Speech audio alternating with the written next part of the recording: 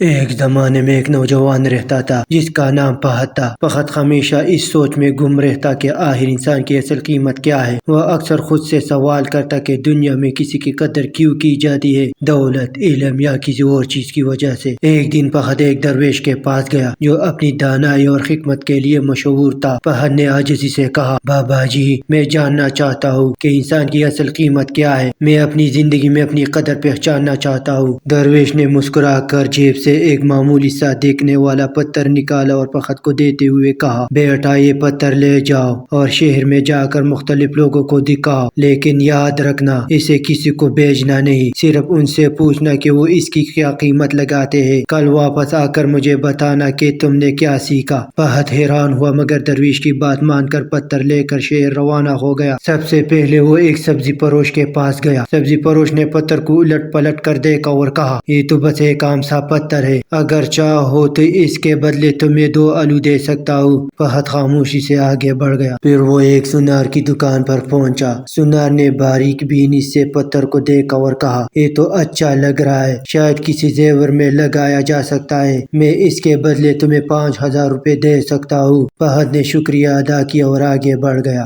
آخر میں وہ ایک قیمتی جواہرات کے ماہر کے پاس گیا۔ ماہر نے جیسے ہی پتھر دیکھا اس کے چہرے پر حیرت کے آثار نمایاں ہو گئے۔ اس نے فہد کی طرف دیکھا اور کہا، کیا تمہیں معلوم ہے کہ یہ کتنا قیمتی پتھر ہے؟ یہ ایک نایاب ہیرے کا خام ٹکڑا ہے جس کی قیمت لاکھوں میں ہے۔ اگر تم چاہو تو میں تمہیں اس کے بدلے جتنی رقم کہو دینے کو تیار ہوں۔ فہد حیران اور پریشان واپس درویش کے پاس آیا اور ساری بات تفصیل سے سنائی۔ درویش نے مسکرا کر کہا، بیٹا، یہی تمہارے سوال کا جواب ہے۔ تمہاری قیمت اس جگہ اور ان لوگوں کی نظر میں ہے جہاں تم خود کو پیش کرتے ہو۔ سبزی فروش کو تم صرف 2 آلو کے برابر لگے، سونار کو تم چند ہزار کے، مگر جو اصل ماہر تھا وہ تمہاری اصل قدر جان گیا۔ درویش نے فہد کے کندھے پر ہاتھ رکھتے ہوئے کہا، زندگی میں ہمیشہ اپنی قدر پہچانو اور خود کو ایسے لوگوں کے سامنے پیش کرو جو تمہاری اصل پہچان اور قیمت جانتے ہو۔